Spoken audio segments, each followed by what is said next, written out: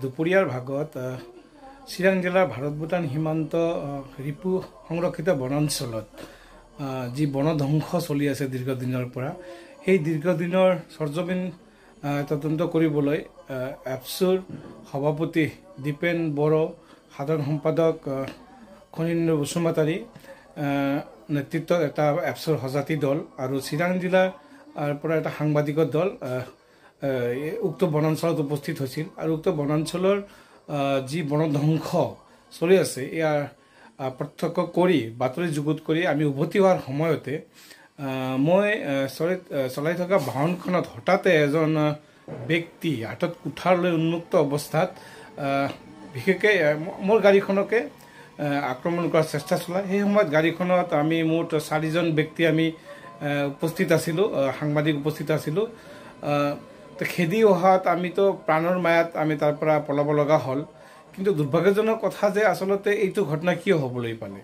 আচলতে দীৰ্ঘদিনৰ পৰা এই ভাৰত ভূটান সীমান্ত সংৰক্ষিত বনাঞ্চলত যি অবাধ বনধ্বংস কাৰ্য চলি আছিলে ইয়াৰ বাতৰিসমূহ আমি সাংবাদিক হিচাপে এই বাতৰিসমূহ আমি সময়ে সময়ে প্ৰকাশ কৰি আহিছোঁ বা সম্প্ৰচাৰ কৰি আহিছোঁ। আৰু এই বাতৰিসমূহ প্ৰকাশ হোৱা বা সম্প্ৰচাৰ হোৱাৰ পিছত দেখা গৈছিল যে বিভিন্ন চৰকাৰী পক্ষই বাধ্য হৈ সেই সংৰক্ষিত বনাঞ্চলত তেওঁলোকে উচ্ছেদ অভিযান চলাব লগা হৈছিল। উচ্ছেদিত হোৱা বা সেই বনাঞ্চল ধ্বংস কৰা একাংশ লোকসকলে এই সমগ্ৰ ঘটনাৰ বাবে তেওঁলোকে সংবাদ মাধ্যম বা সাংবাদিকসকলে তেওঁলোকে এক প্ৰকাৰ ইয়াৰ বাবে দায়ী কৰি তেওঁলোকে মনত এটা ক্ষোভ উজাৰি আছিল দীৰ্ঘদিনৰ পৰা। আৰু বহু সময়ত তেওঁলোকে বিভিন্ন সংবাদ মাধ্যমত সাংবাদিকৰ বিৰুদ্ধে ক্ষোভ উজাৰি আছিল।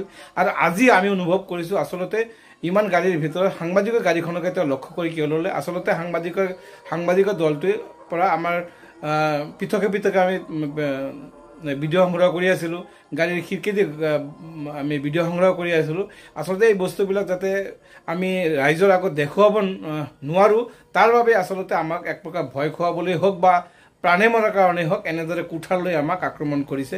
এই ঘটনাটোক আমি খুব দুৰ্ভাগ্যজনক আখ্যা দিছোঁ। আৰু এনেধৰণৰ ঘটনা যাতে পুনৰাবৃত্তি নহয় বা সাংবাদিকসকলে পৰিৱেশ সুৰক্ষাৰ বাবে যি ধৰণৰ কাম কৰিবলৈ আগবাঢ়ি গৈ আছে সাংবাদিকৰ সুৰক্ষা দিয়াৰ কাৰণে বিদেশী প্ৰশাসনে হওক বন বিভাগক আৰক্ষীয়ে সঠিক তেওঁলোকক সুৰক্ষা দিয়াৰ কাৰণে বিধি ব্যৱস্থা গ্ৰহণ কৰিব বুলি আমি তেওঁলোকলৈ দাবী উত্থাপন কৰোঁ।